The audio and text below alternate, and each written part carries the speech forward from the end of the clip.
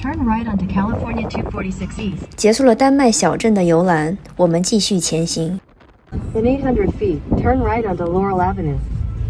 不过这敞篷车后座的风也有点太大了，偶像包袱都被吹走了，所以我们也只能顺势嗨了起来。一首夹杂着大风的朋友送给大家。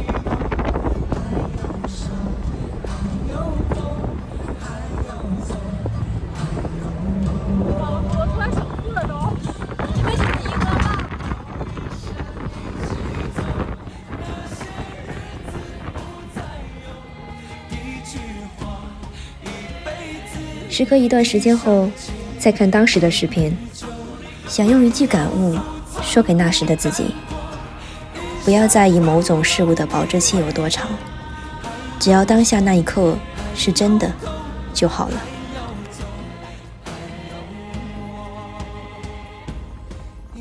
所以要时刻保守你的心，因为一生的果效都是由心出发的。